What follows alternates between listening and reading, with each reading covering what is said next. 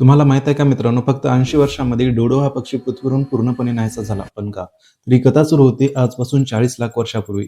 भारतीय उपखंडाच्या जंगलात राहणाऱ्या प्राचीन कबुतरांचा एक थवा अन्नाच्या शोधात आफ्रिकेच्या दिशेने जाते वेळेस हिंदी महासागरातील मॉरिशस बेटावर उतरला. निळ्याशार पाण्यात वसलेल्या त्या सुंदर बेटावर जमिनीवरच भरपूर फळे आणि अन्न उपलब्ध होते आणि तेथे कुठलेही मोठे शिकारी प्राणी नव्हते.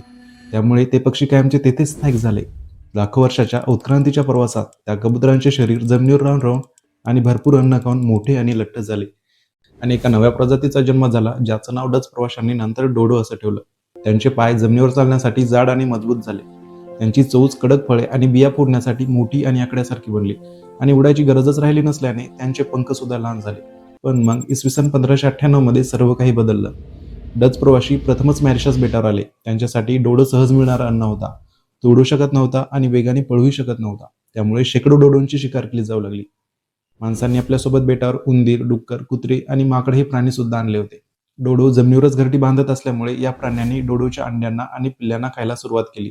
एका बाजूला शिकार, दुसऱ्या बाजूला अंड्यांचा नाश आणि तिसऱ्या बाजूला जंगलांची तोड. यामुळे माणसाने बेटावर पाऊल ठेवल्यानंतर फक्त 8 दशकांत 1681 पर्यंत हा संपूर्ण जीव पृथ्वीवरून कायमचा नष्ट झाला.